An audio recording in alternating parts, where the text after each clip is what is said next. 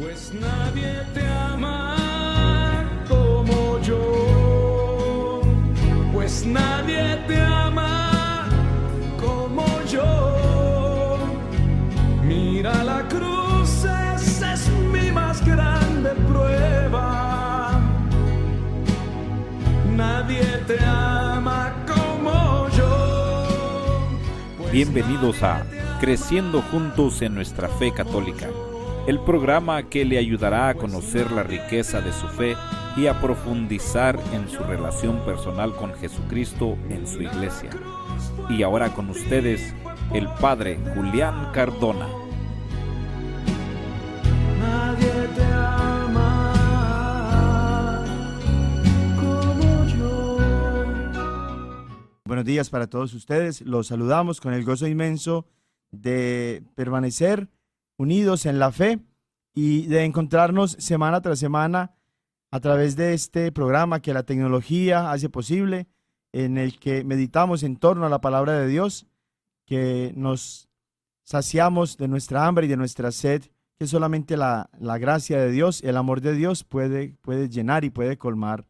Donde quiera que te encuentres, si apenas empezó tu día porque te levantas tardecito los domingos, o si ya estás trabajando desde temprano, si estás en la tienda, si estás manejando, donde quiera que te encuentres y no importa lo que estés haciendo, muchas gracias por estar con nosotros en esta mañana y vamos a iniciar este encuentro de hermanos y de hermanas en la fe, poniéndonos en las manos de nuestro Dios amoroso. En el nombre del Padre y del Hijo y del Espíritu Santo. Amén. Acógenos con tu gracia y con tu amor, Señor, en esta mañana en la que ponemos nuestro corazón, nuestra mente, nuestra alma, nuestra atención, nuestra fe en ti. Ayúdanos, Señor, a ser un reflejo de tu amor.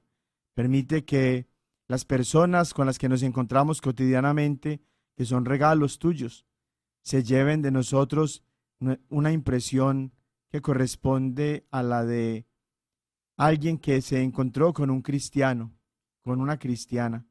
Permite, Señor, que nos vayamos dejando transformar de tu gracia para que todas aquellas cosas que se oponen a tu santa voluntad y a tu divino amor se vayan desvaneciendo en nuestra vida. Ayúdanos a tener un encuentro contigo a través de tu santa palabra. No permita, Señor, que tengamos un corazón duro a lo que nos quieres enseñar el día de hoy, a lo que nos enseñas siempre cuando tenemos la posibilidad de tomar el texto sagrado que inspiraste por la gracia de tu Santo Espíritu dentro de la Iglesia Católica, para que esa palabra que tú habías enseñado, que es la palabra misma de tu Hijo Jesús, se haga realidad en nuestras vidas y que la podamos seguir nosotros mismos aplicando y llevando a aquellos que más lo necesitan. Amén. Nos encontramos, hermanas y hermanos, en el sexto domingo del tiempo ordinario y la Iglesia para este domingo nos ofrece para nuestra reflexión el Evangelio que lo tomamos de Mateo capítulo 5 versículos del 17 al 37. Mateo 5, 17 al 37. En aquel tiempo dijo Jesús a sus discípulos: no crean que he venido a abolir la ley o los profetas. No he venido a abolirlos, sino a darles plenitud. Yo les aseguro que antes se acabarán el cielo y la tierra, que deje de cumplirse hasta la más pequeña letra o coma de la ley. Por lo tanto, el que quebrante uno de estos preceptos menores y enseñe eso a los hombres, será el menor en el reino de los cielos. Pero el que los cumpla y los enseñe, será grande en el reino de los cielos. Les aseguro que si su justicia no es mayor que la de los escribas y fariseos, ciertamente no entrarán ustedes en el reino de los cielos. Han oído que se dijo a los antiguos: no matarás, y el que mate será llevado ante el tribunal. Pero yo les digo, todo el que se enoje con su hermano será llevado también ante el tribunal. El que insulte a su hermano será llevado ante el Tribunal Supremo, y el que lo desprecie será llevado al fuego del castigo. Por lo tanto, si cuando vas a poner tu ofrenda sobre el altar, te acuerdas allí mismo de que tu hermano tiene alguna queja contra ti, deja tu ofrenda junto al altar y ve primero a reconciliarte con tu hermano. y vuelve luego a presentar tu ofrenda. Arréglate pronto con tu adversario mientras vas con él por el camino, no sea que te entregue al juez, el juez al policía y te metan a la cárcel. Te aseguro que no saldrás de allí hasta que hayas pagado el último centavo. También han oído que se dijo a los antiguos: no cometerás adulterio. Pero yo les digo que quien mire con malos deseos a una mujer, ya cometió adulterio con ella en su corazón. Por eso, si tu ojo derecho es para ti ocasión de pecado, arráncatelo y tíralo lejos, porque más te vale perder una parte de tu cuerpo y no que todo él sea arrojado al lugar de castigo. Y si tu mano derecha es para ti ocasión de pecado, córtatela y arrójala lejos de ti, porque más te vale perder una mano de tu cuerpo y no que todo él sea arrojado al lugar de castigo. También se dijo antes: el que se divorcie, que le dé a su mujer un certificado de divorcio. Pero yo les digo que el que se divorcia, salvo el caso de que vivan en unión ilegítima, expone a su mujer al adulterio, y el que se casa con una divorciada comete adulterio. Han oído que se dijo a los antiguos: no jurarás en falso y le cumplirás al Señor lo que hayas prometido con juramento.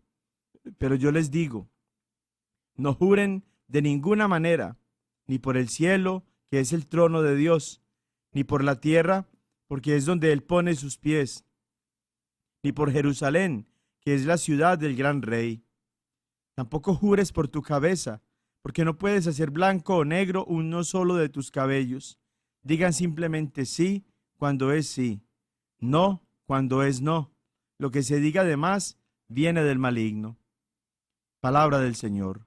Gloria a ti, Señor Jesús.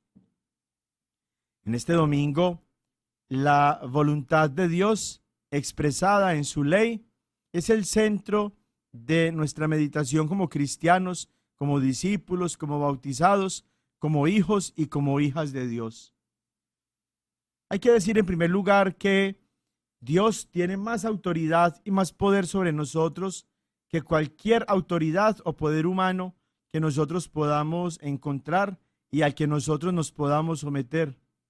Y esta primera afirmación es muy importante porque normalmente la ley que nosotros más transgredimos o la ley que nosotros más violamos, más rompemos, es la ley de Dios.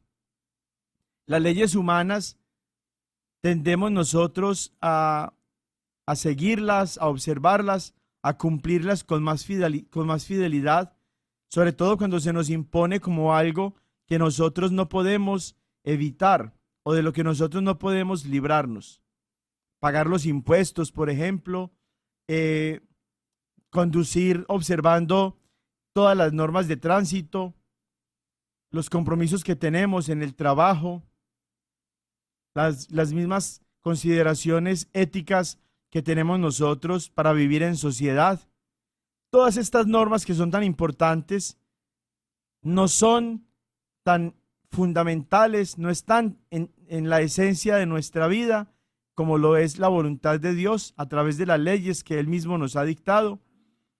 Pero tristemente nosotros pasamos por alto muchas veces las leyes de Dios y hacemos caso omiso a la autoridad de Dios sobre nosotros y centramos nuestra atención en aquellas cosas que en el mundo, en la sociedad, en el diario vivir, se nos imponen.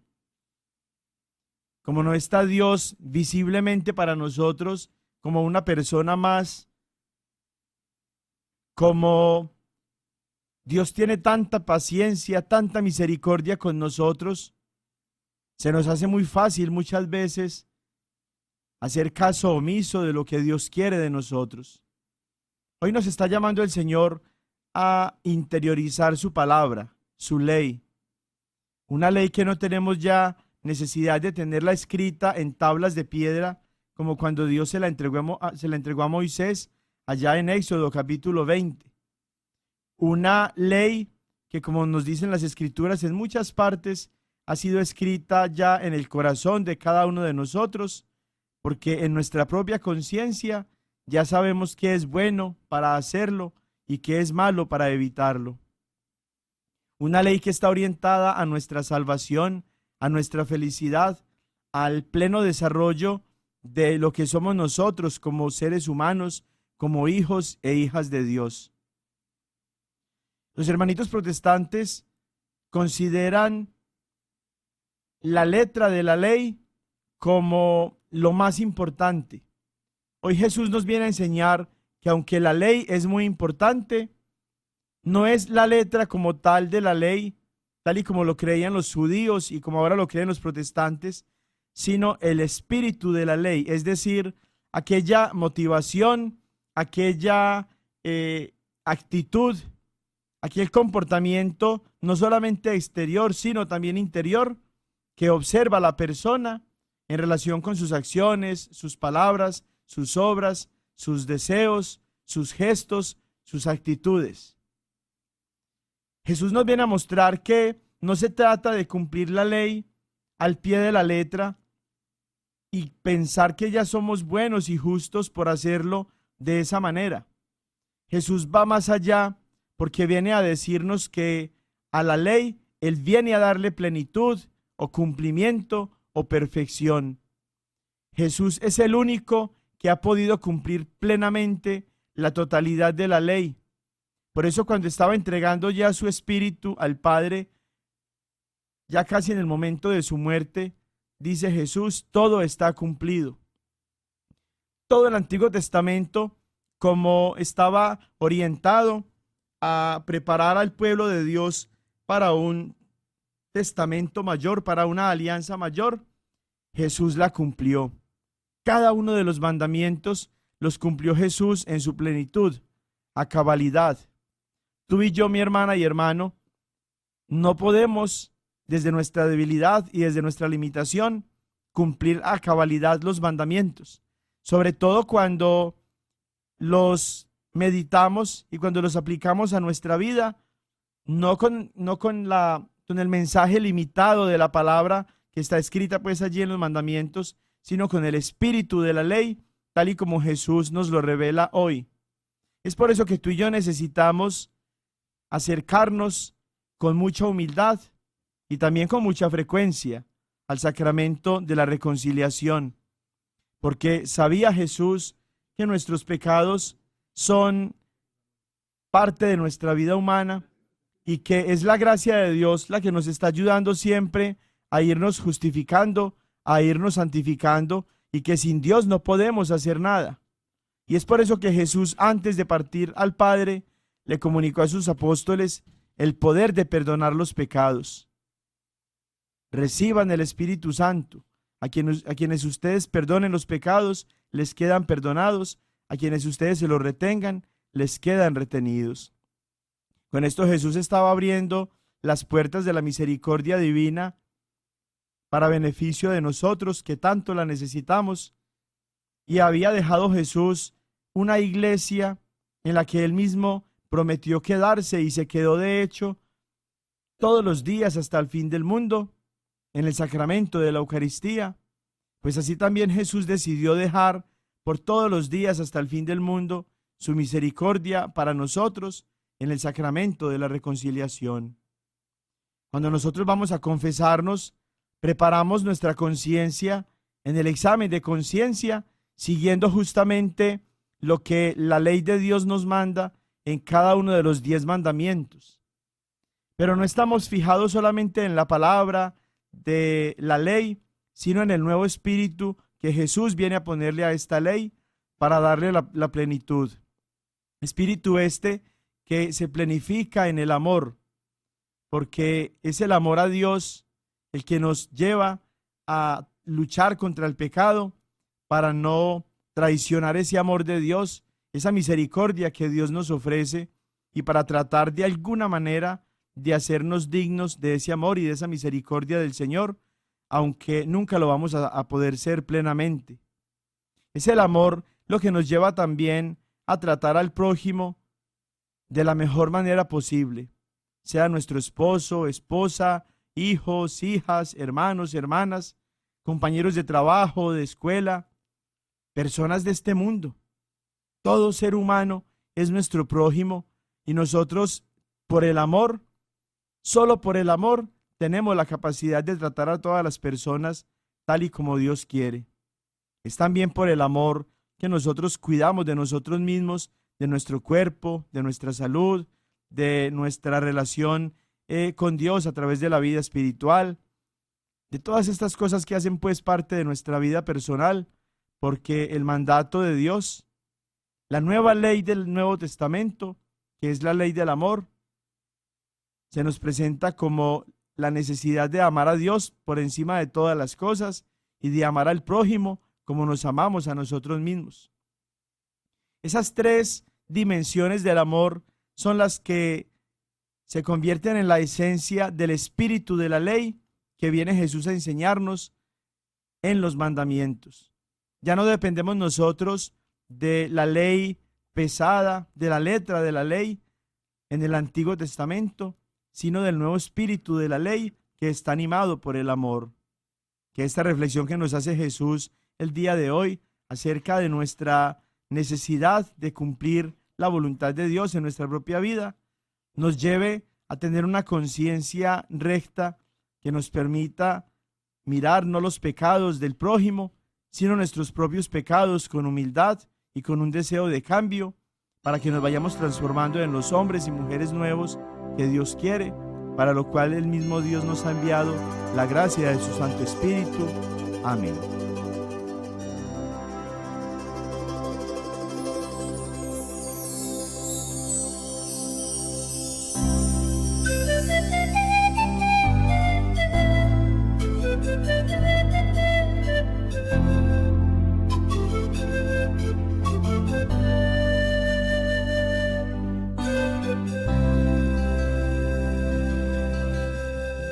¿Cómo no cantarte, oh María? ¿Cómo no acordarme cada día? Si eres tú mi madre tan querida, llenas tú mi vida de alegría. ¿Cómo no amarte, oh María? ¿Cómo no rezarte cada día? Llena eres de gracia y elegida, Madre de Dios y esperanza mía. Y eres la rosa más bella, la rosa más bella de mi corazón. Y eres luminosa estrella, luminosa estrella que Dios nos dejó. Y eres la rosa más bella, la rosa más bella de mi corazón. Y eres luminosa estrella, luminosa estrella que Dios nos dejó. Me llenas de amor cada mañana y un abrazo tuyo me da vida. Campesina hermosa y artesana, llenas de amor mi vida cada día. Bienaventurada intercesora, nunca me abandones, Madre mía, con tus bendiciones cada día, ruega por mí para encontrar la vida. Y eres la rosa más bella, la rosa rosa más bella de mi corazón. Y eres luminosa estrella, luminosa estrella que Dios nos dejó. Y eres la rosa más bella, la rosa más bella de mi corazón. Y eres luminosa estrella, luminosa estrella que Dios nos dejó.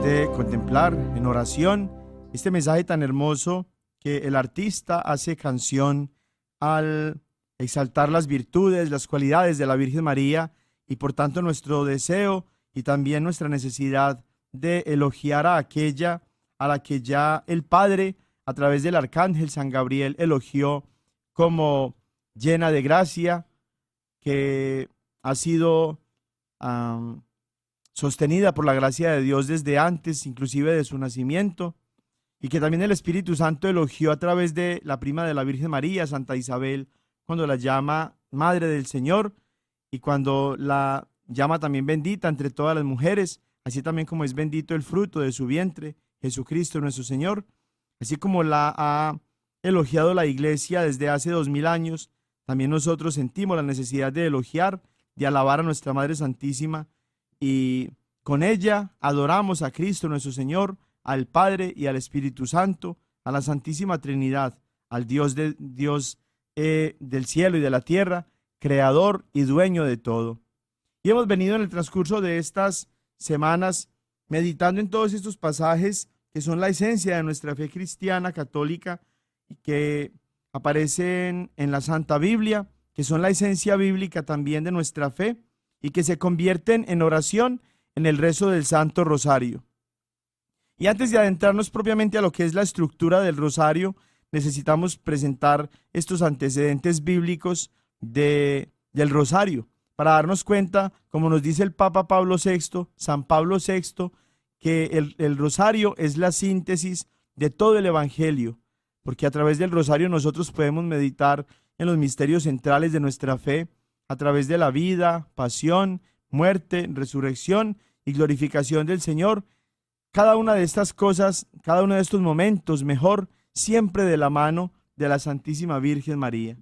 Por eso es que los cristianos católicos, que somos los cristianos verdaderos, por 2000 años hemos contemplado y adorado a Cristo nuestro Señor, pero lo hemos hecho siempre al lado de la Santísima Virgen María. Y decíamos la semana pasada que no podemos beneficiarnos del fruto de las entrañas de María, de Cristo nuestro Señor, despreciándola a ella. Los evangelios no nos presentan a un Jesús solito, desencarnado, aislado de todos, sino que nos presentan a un Jesús que vino a ser Emmanuel, Dios con nosotros, a través justamente del sí, del hágase en mí, según tu palabra. Y con mucha confianza y con mucha fe, la Santísima Virgen María le dirigió al Señor. Y por eso en Mateo capítulo 1 y 2 y Lucas capítulo 1 y 2 encontramos los relatos de la infancia en los que siempre aparece Jesús al lado de su madre, de la Santísima Virgen María. Y esa constante se va a mantener a lo largo de todos los evangelios y a lo largo de toda la vida de Jesús, de la vida terrena de Jesús, que culmina con la muerte en la cruz, y allí también está la Santísima Virgen María. Para el momento de la resurrección, también María seguramente vivió con los apóstoles la alegría de la resurrección, y para cuando se preparaban los apóstoles para recibir al Espíritu Santo, para que naciera la iglesia que Jesús le había prometido a Pedro que iba a fundar sobre él y sobre los otros apóstoles, y que las puertas del infierno no prevalecerían contra esa iglesia, allí estaba también la Virgen María con ellos, siendo desde ya madre de la iglesia. Por eso tú y yo, que somos cristianos de verdad, los católicos, reconocemos a María también como madre nuestra. Porque si ella es madre de la cabeza, es también madre del cuerpo. Y si Cristo es nuestra cabeza y aceptó, decidió, estuvo dichoso de tener a María como madre, nosotros que somos el cuerpo de Cristo, su iglesia, estamos igualmente dichosos de tener a la Santísima Virgen María como madre. Y meditábamos la semana pasada, al final de la catequesis, en ese cántico, en ese himno hermosísimo, precioso, que la Santísima Virgen María, animada por la alabanza que le dirige su prima Isabel, que es mensajera del Espíritu Santo, la Santísima Virgen María engrandece al Señor. No se engrandece a ella misma porque la están alabando, elogiando, sino que esas alabanzas que le dirigimos a ella, siempre ella se las presenta al Señor y las convierte en oración a Dios para nosotros, para beneficio de nosotros. Eso hace toda buena mamá, el tomar cada cosa que nosotros le presentamos y ofrecerla a ella misma y enriquecerla a ella misma también con su propia fe, con su propio amor, con sus propias palabras, con sus propias intenciones, con su propia intercesión al Padre de los cielos.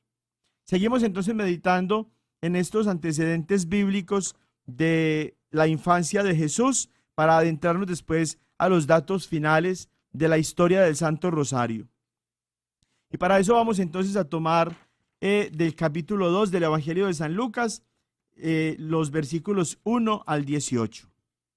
Sucedió que por aquellos días salió un edicto de César Augusto ordenando que se empadronase todo el mundo. Esto del empadronamiento era un censo que el emperador romano César Augusto había ordenado para todas las comarcas del Imperio Romano, y todos, por orden del emperador, tenían pues que cumplir este mandato real. Este primer empadronamiento tuvo lugar siendo gobernador de Siria Cirino. Iban todos a empadronarse, cada uno a su ciudad. Subió también José desde Galilea, de la ciudad de Nazaret, a Judea, a la ciudad de David, que se llama Belén, por ser el de la casa y familia de David, para empadronarse con María, su esposa, que estaba encinta. Y sucedió que mientras ellos estaban allí, se le cumplieron los días del alumbramiento y dio a luz a su hijo primogénito. Le envolvió en pañales y le acostó en un pesebre, porque no tenían sitio en el alojamiento. En diciembre comenzamos desde el 16 hasta el 24 las posadas. Y justamente lo que nosotros hacemos al meditar en las posadas es contemplar este hecho triste, pero a la vez muy, muy esperanzador para nosotros, los seres humanos, de Cristo que ya se prepara para nacer, y de la Santísima Virgen María y San José, que no encuentran lugar en los hostales, en los hoteles, en las estancias, y por eso tienen que irse a un pesebre, porque no está entonces dispuesta ninguna habitación para que nazca el dueño de todo el universo, Rey de reyes y Señor de señores. Había en la misma comarca unos pastores que dormían al raso y vigilaban por turno durante la noche su rebaño. Se les presentó el ángel del Señor, y la gloria del Señor los envolvió en su luz, y se llenaron de temor. El ángel les dijo: no temáis, pues os anuncio una gran alegría que lo será para todo el pueblo. Os ha nacido hoy en la ciudad de David un Salvador, que es Cristo el Señor. Y esto os servirá de señal: encontraréis un niño envuelto en pañales y acostado en un pesebre. Y de pronto se juntó con el ángel una multitud del ejército celestial que alababa a Dios diciendo: gloria a Dios en las alturas, y en la tierra paz a los hombres, en quienes Él se complace. Y sucedió que cuando los ángeles los dejaron, se fueron al cielo, y los pastores se decían unos a otros: vayamos pues hasta Belén y veamos lo que ha sucedido y el Señor nos ha manifestado. Y fueron a toda prisa y encontraron a María y a José y al niño acostado en el pesebre. Al verlo, dieron a conocer lo que les habían dicho acerca de aquel niño, y todos los que lo oyeron se maravillaban de lo que los pastores les decían. En esta escena tan hermosa que la recordábamos ahorita recientemente en el tiempo de la Navidad, descubrimos con mucho gozo el nacimiento de Cristo, cómo Jesucristo nuestro Señor, la palabra encarnada del Padre, la salvación para todos nosotros, se hace presente en este mundo para convertirse en Dios con nosotros, en Emmanuel, y para eso entonces se vale de la Santísima Virgen María, del sí, de la fe, de la confianza, de la generosidad de la Santísima Virgen María. Y por eso cuando llegan los pastores a adorar al niño Jesús, encuentran a su lado a la Santísima Virgen María y aún a San José, porque ambos fueron figuras centrales en el acontecimiento de la encarnación. Pero la Santísima Virgen María, que la encontramos ahorita en esta escena del pesebre, del nacimiento, la vamos a encontrar a lo largo de los evangelios y hasta la muerte de Cristo y hasta el inicio de la iglesia, acompañando la vida de su Hijo Jesús. San José, según dice la tradición, porque la Santísima Virgen María, la Santísima Biblia, la Santa Biblia, no lo menciona, dice la tradición que San José murió antes de que Jesús iniciara su vida pública, porque ya después del inicio de la vida pública de Jesús, ya no se menciona más San José en las Escrituras. Por eso la tradición viene a decirnos que José murió antes de que Jesús iniciara su vida pública. Un hecho muy interesante que nos permite recordar una vez más que aquella afirmación de los hermanitos protestantes, según la cual la palabra de Dios escrita en la Biblia es la totalidad de la palabra de Dios para nosotros, es falsa. Esa afirmación es falsa porque la Biblia es apenas una parte de la palabra de Dios. La otra parte de la palabra de Dios, de la revelación de Dios, se ha comunicado oralmente por la tradición, por la tradere, de generación en generación. Antes de que se escribiera la Biblia, ya la tradición estaba comunicándonos la palabra de Dios con fidelidad para nuestra salvación. Y esa tradición oral, esa tradición de los apóstoles, es la que se ha mantenido intacta desde que Cristo le confió el mensaje salvador a sus apóstoles y les dio el Espíritu Santo para que tuvieran la valentía y el entusiasmo, el gozo, la dedicación de salir pues a anunciar. Donde está Jesús está la Santísima Virgen María. Por eso nosotros cuando rezamos el rosario estamos meditando en los misterios centrales de nuestra fe, pero allí siempre está la Santísima Virgen María con nosotros, adorando y glorificando a su Hijo, al Padre y al Espíritu Santo. Lucas 2:19 nos dice algo sobre lo que ya nosotros meditábamos cuando hablábamos de las formas de oración, de la oración meditativa. María, por su parte, guardaba todas estas cosas y las meditaba en su corazón.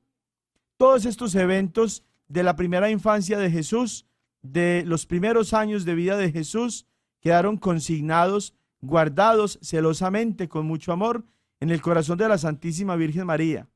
De allí los fue ella sacando poco a poco para evangelizar a las primitivas comunidades cristianas, para evangelizar a los apóstoles, para evangelizar al pueblo de Dios. Por eso decíamos la semana pasada cómo la Santísima Virgen María es la primera gran evangelizadora, la primera mujer evangélica en el pleno sentido de la palabra. Luego Lucas 2, del 22 al 24, nos dice lo siguiente: cuando se cumplieron los días de la purificación de ellos, según la ley de Moisés, llevaron a Jesús a Jerusalén para presentarlo al Señor, como está escrito en la ley del Señor: todo varón primogénito será consagrado al Señor, y para ofrecer en sacrificio un par de tórtolas o 2 pichones, conforme a lo que se dice en la ley del Señor. Entonces, hace 2 semanas atrás celebrábamos la fiesta de la presentación del Señor y recordábamos con este pasaje de Lucas 2, 22 al 24, que Jesús, aún desde su infancia, como un bebecito, ya cumplió la ley gracias también a la Santísima Virgen María y a San José, que lo llevaron al templo. ese cumplimiento de la ley del pueblo de Israel se planificó en el ministerio público de Jesús, cuando ya Jesús cumplía plenamente todas las instrucciones de la ley, para poder decir al final de su vida, todo está cumplido. Jesús entonces fue presentado al templo, pero nos dice el versículo 21 de este mismo pasaje de San Lucas capítulo 2, que fue también circuncidado cuando era niño, como lo decíamos hace 2 semanas atrás, cuando recordábamos la presentación del Señor, la fiesta de la presentación del Señor. Lucas 2:33 nos dicen qué reacción tenían el padre y la madre de Jesús cuando escuchaban decir de él muchas cosas. Su padre y su madre estaban admirados de lo que se decía de él. Y luego el versículo 34 y 35 nos muestran a Simeón, a este anciano que estaba en el templo para cuando llevaron a Jesús a presentarlo, María y José, y cómo anuncia o profetiza cosas importantes acerca de la vida de Jesús, pero también a continuación le dice a la Santísima Virgen lo siguiente: este está puesto para caída y elevación de muchos en Israel, y para hacer señal de contradicción, y a ti misma una espada te atravesará el alma, a fin de que queden al descubierto las intenciones de muchos corazones.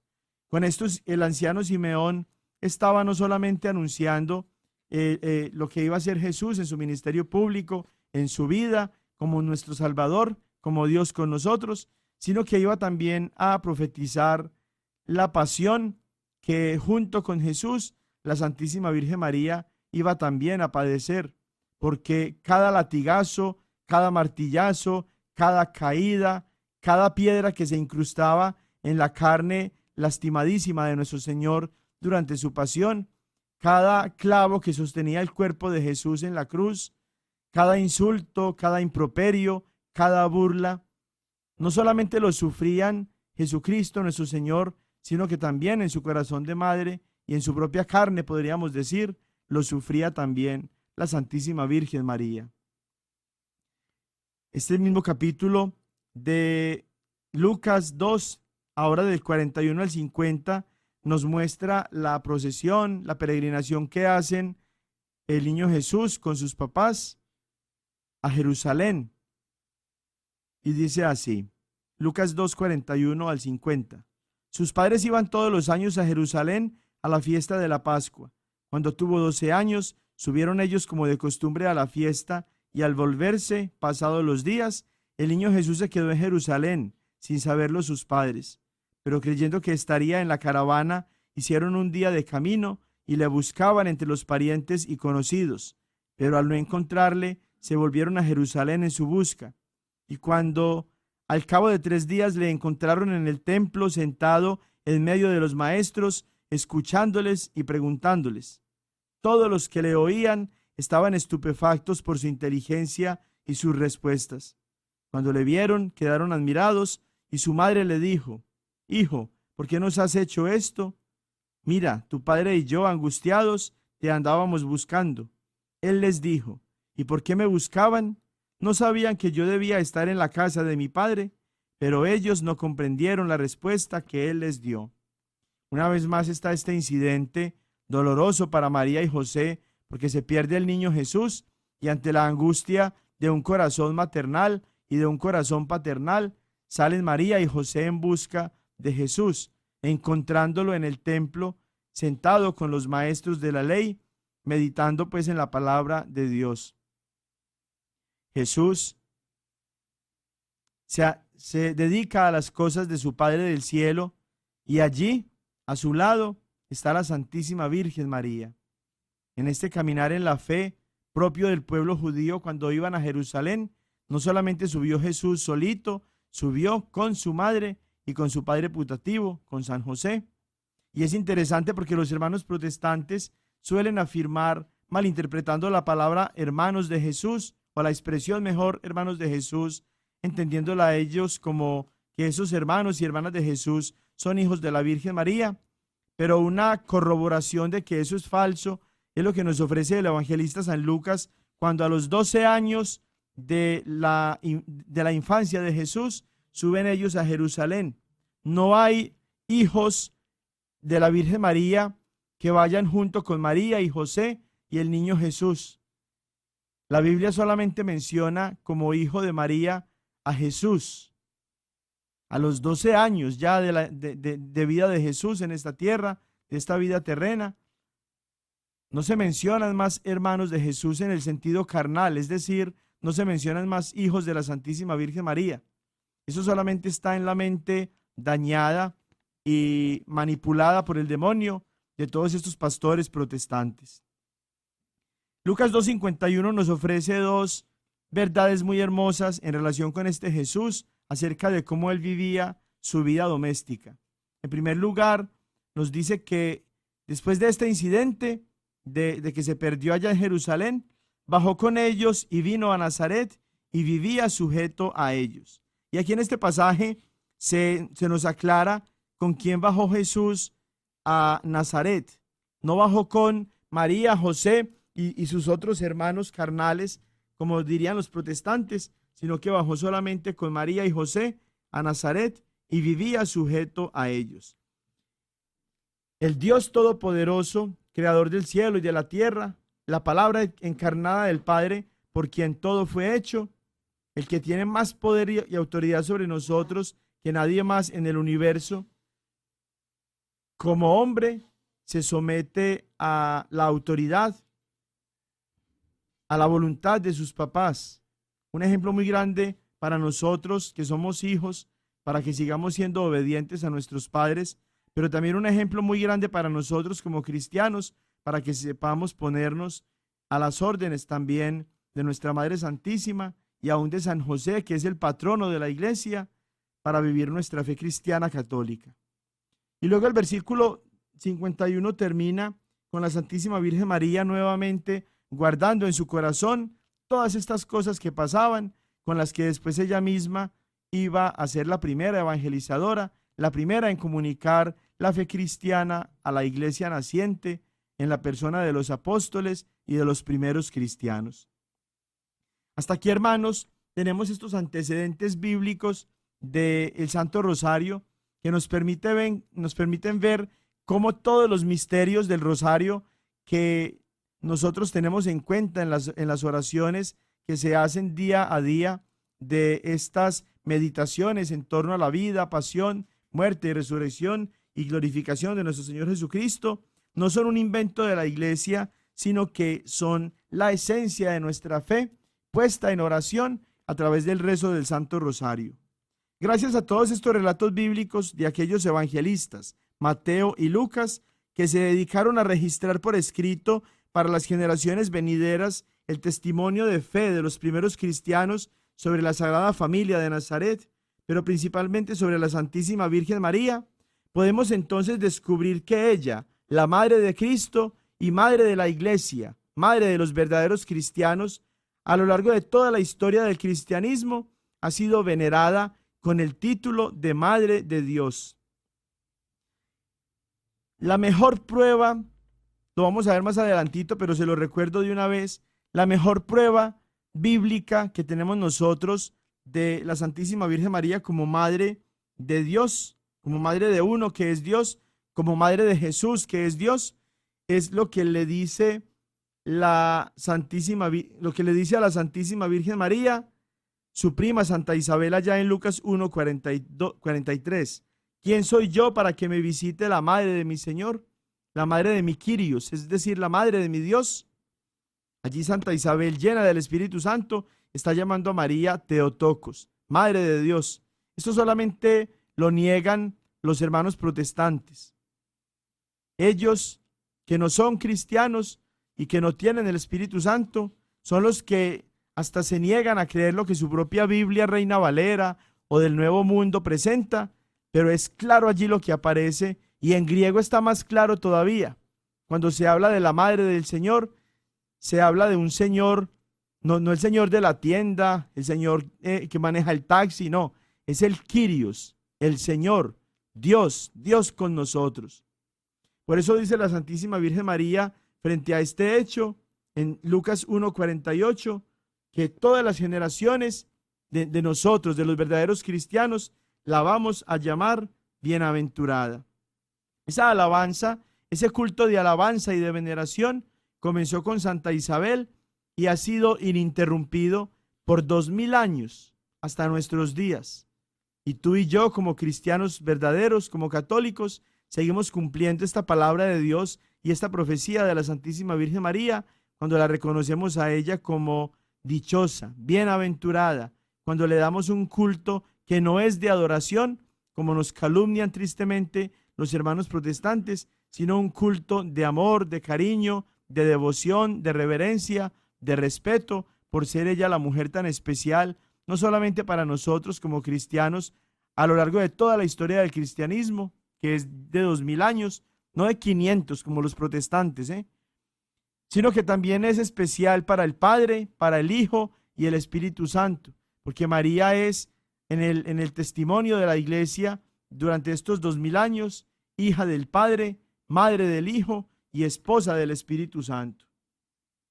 Es por esto que a lo largo de estos más de 2000 años, nosotros, las generaciones de los verdaderos cristianos que formamos la única y verdadera iglesia que fundó Jesús, seguimos acogiéndonos bajo la amorosa protección de la Santísima Virgen María y acudimos a ella en todos los peligros y necesidades, porque como nos lo enseña la Biblia, allí donde está Jesús, siempre estará también su Santísima Madre. Y también porque cuando nosotros oramos a María, ella no se queda con nuestras oraciones, sino que se las presenta llena de confianza a su Hijo, como lo hizo en las bodas de Caná de Galilea, tal y como la encontramos en Juan capítulo 2, versículos del 1 al 11. Veíamos hace poquito, al meditar en las palabras de Isabel para la Virgen María, cómo la Santísima Virgen María no se queda con esas alabanzas, con ese culto, con esa veneración, sino que lo utiliza para glorificar al Señor, porque ha hecho grandes maravillas en ella. Pues así como no se queda la Santísima Virgen María con las alabanzas, con el culto de veneración, con el cariño y el amor, con las oraciones que nosotros como sus hijos le tributamos, así también ella no se queda con las súplicas que nosotros le pedimos con mucha fe, con amor de hijos, para que ella, como lo hizo en las bodas de Caná, se las presente a su Hijo Jesús, siendo más perfectas esas oraciones que nosotros le presentamos a Dios a través de ella, siendo más perfectas esas oraciones, gracias precisamente a la intercesión de la más pura y de la más importante de las criaturas que Dios creó y a la que Dios amó y sigue amando por ser ella la única criatura del Señor, la única mujer que le ha dado un hijo a Dios nuestro Señor. Y se convirtió así entonces en la vía, en el medio, para que tú y yo fuéramos salvados por el Dios de Dios, luz de luz, Dios verdadero de Dios verdadero, que es Jesucristo nuestro Señor. El culto a María encuentra su expresión en las fiestas litúrgicas dedicadas a la Madre de Dios y en la oración del Santo Rosario, de la que decimos es una oración cristológica, porque se encuentra con la meditación en la vida, pasión, muerte, resurrección y glorificación del Señor, pero siempre de la mano de la Santísima Virgen María. Por eso es una oración primero cristológica y cristocéntrica, pero es también una oración mariana, que en palabras de San Pablo VI decíamos es la síntesis de todo el Evangelio. Es decir, el rosario es una oración que concreta ese culto especial que la Virgen María recibe de la Iglesia y que ha recibido por 2000 años y que seguirá recibiendo, porque en la misma profecía de la Santísima Virgen María, ella va a ser glorificada como dichosa, como bienaventurada por todas las generaciones. El Santo Rosario es considerado entonces como la oración más perfecta porque se meditan los principales misterios o hechos de la vida, pasión, muerte y resurrección y glorificación de nuestro Señor Jesucristo y de su Santísima Madre. Estos misterios están distribuidos en los misterios de gozo, de dolor, de gloria y de luz. El rezo del Santo Rosario surge aproximadamente en el año 800, cuando se creó el Salterio de los laicos. En esa época, los monjes rezaban los 150 salmos de la Biblia, pero como la mayoría de los laicos no sabían leer, se les enseñó a rezar 150 Padre Nuestros. Después se formaron otros 3 salterios que incluían 150 Ave Marías, 150 alabanzas en honor de Jesús y 150 alabanzas en honor de María. Acuérdense que la primera persona que hizo esto de alabar a Dios, de alabar a Jesús y de alabar a la Santísima Virgen María fue Santa Isabel, llena del Espíritu Santo. Bendita eres tú entre todas las mujeres y bendito es el fruto de tu vientre. Eso mismo se empezó a hacer entonces con el culto de amor, de veneración que se le tributaba a la Virgen María y que se le sigue tributando hasta nuestros días. Se servían estas personas que contaban esos Padre Nuestros y Ave Marías en ese tiempo tan temprano, en el año 800. Se servían de cuentas que ponían en una cuerda, o de nudos hechos en una cuerda, o de granitos de semillas que ponían hilándolos en cuerdas. Y de esta práctica es de donde nació el uso de lo que ahorita nosotros utilizamos como la camándula o el rosario, que es este sacramental, que como sacramental y como instrumento de oración es tan importante para nosotros los cristianos. A la vez se meditaba y se predicaba la vida de la Virgen. En el siglo XIII, en Inglaterra, el abad de la comunidad religiosa cisterciense Etienne de Salai escribió unas meditaciones en donde aparecen 15 gozos de Nuestra Señora, de la Virgen María, terminando cada una de ellas con una Ave María. En el año 1365 se combinaron los 4 salterios, el primero que incluía los 150 Padre Nuestros y también de estos otros que incluían 150 Ave Marías. Se dividieron las 150 Ave Marías en 15 decenas y se puso un Padre Nuestro al inicio de cada una de ellas. A finales del siglo XV, los religiosos de la orden de Santo Domingo, los dominicos, Alain de Rochelle en Flandes, Santiago de Sprenger y Félix Fabre en Colonia, dan al rosario una estructura similar a la que nosotros tenemos todavía hoy. Se rezan 5 o 15 misterios, cada uno compuesto por 10 Ave Marías. Se estructura la contemplación de los misterios, que se dividen en gozosos, dolorosos y gloriosos, repasando así en el ciclo semanal los hechos centrales de la vida de Jesús y de la Santísima Virgen María, como en un compendio del año litúrgico y de todo el Evangelio. Por último, se fija el rezo de las letanías, cuyo origen en la Iglesia es muy antiguo. Así surgió el rosario de 15 misterios. En el año 2002, el Papa San Juan Pablo II introdujo los misterios luminosos. Con ellos se cuentan actualmente 20 misterios en el Santo Rosario. El rosario está compuesto por 2 elementos fundamentales, que ya nosotros los veíamos muy al inicio de todo este tratado acerca de la oración mental y la oración verbal o oración oral, como se conoce también.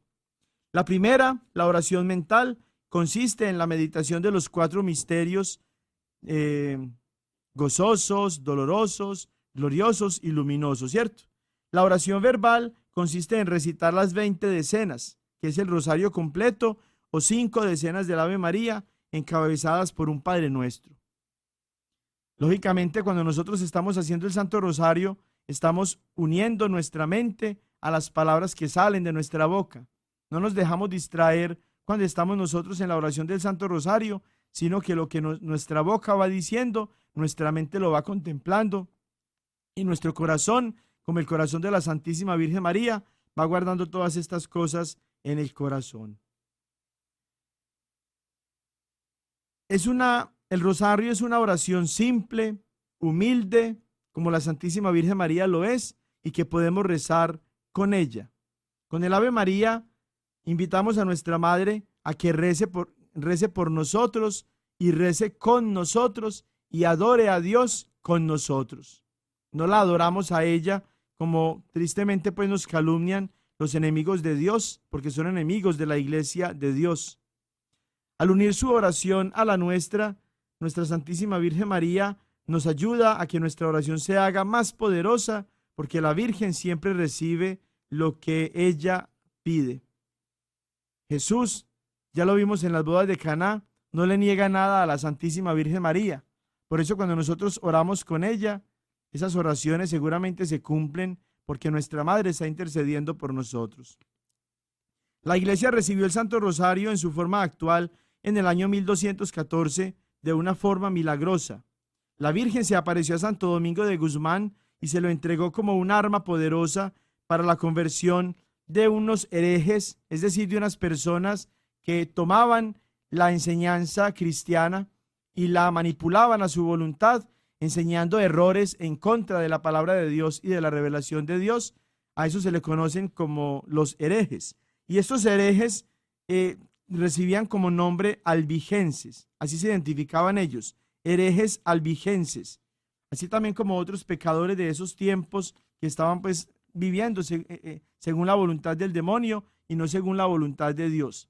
A estas personas es a las que la Santísima Virgen María les envía a Santo Domingo de Guzmán con el rosario para que con la ayuda, la intercesión de la Santísima Virgen María puedan todas estas personas convertirse y volver al buen camino.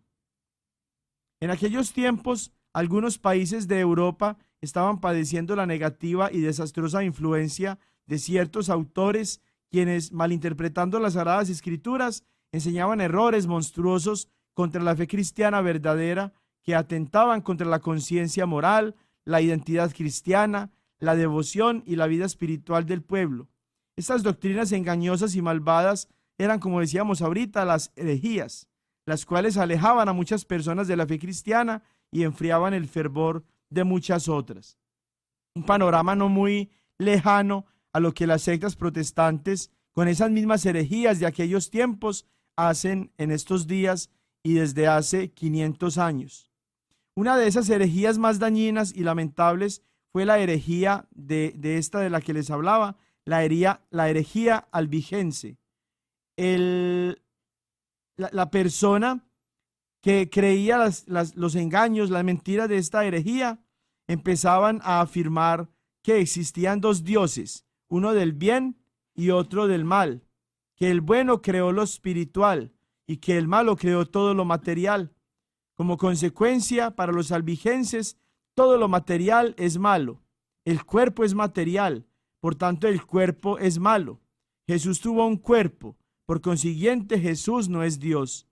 Esta doctrina albigense entonces era una doctrina herética que negaba la divinidad de Cristo, como ahora lamentablemente lo hacen también los testigos de Jehová y los mormones. También los albigenses negaban los sacramentos y la verdad de que María es la madre de Dios. Si Jesús no es Dios y María es madre de Jesús, Jesús es hijo de María y María es madre de Jesús, pero no de Dios, porque Jesús no es Dios según ellos, ¿no? Se rehusaban también a reconocer al Papa y establecieron sus propias normas y creencias.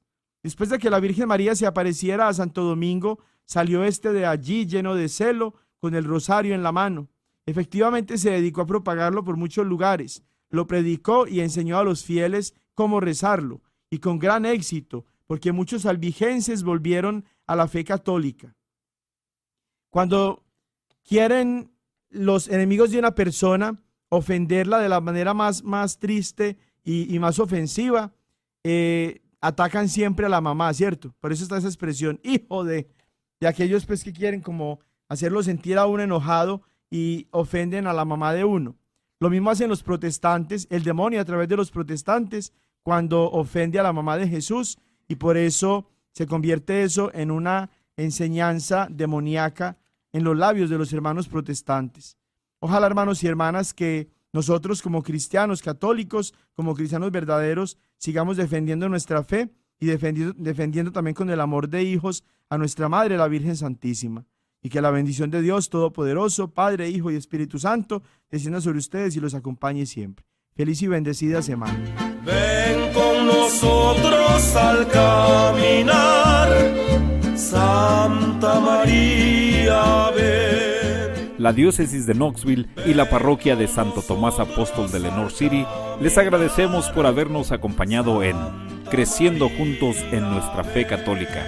Y los invitamos a que nos escuchen la próxima semana por esta misma estación y a la misma hora, para profundizar en lo que significa ser un católico conocedor de su fe. Hasta pronto y que Dios los bendiga.